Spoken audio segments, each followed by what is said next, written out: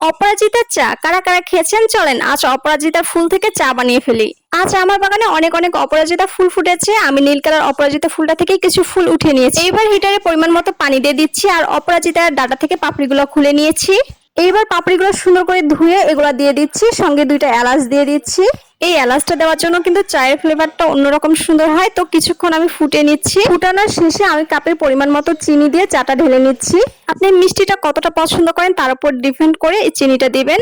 চার সাথে আমি চিনিটা সুন্দরভাবে মিক্সড করে নিচ্ছি। এটাকে শুধু অপরাজিতার চা বলা হয় না, এটাকে কিন্তু ম্যাজিক চা বলা হয়। আর কেন বলা হয় এটার ম্যাজিক এক্ষুনি দেখতে পারবেন। এখন আমি এটাতে লেবুর রস দিয়ে দিচ্ছি আর দেখেন একটু পরে ম্যাজিক কতটা সুন্দর একটা কালার চলে এসেছে। তো এই হচ্ছে আমার আজকের সকাল সকাল অপরাজিতার চা, যেটাকে ম্যাজিক চা বলে।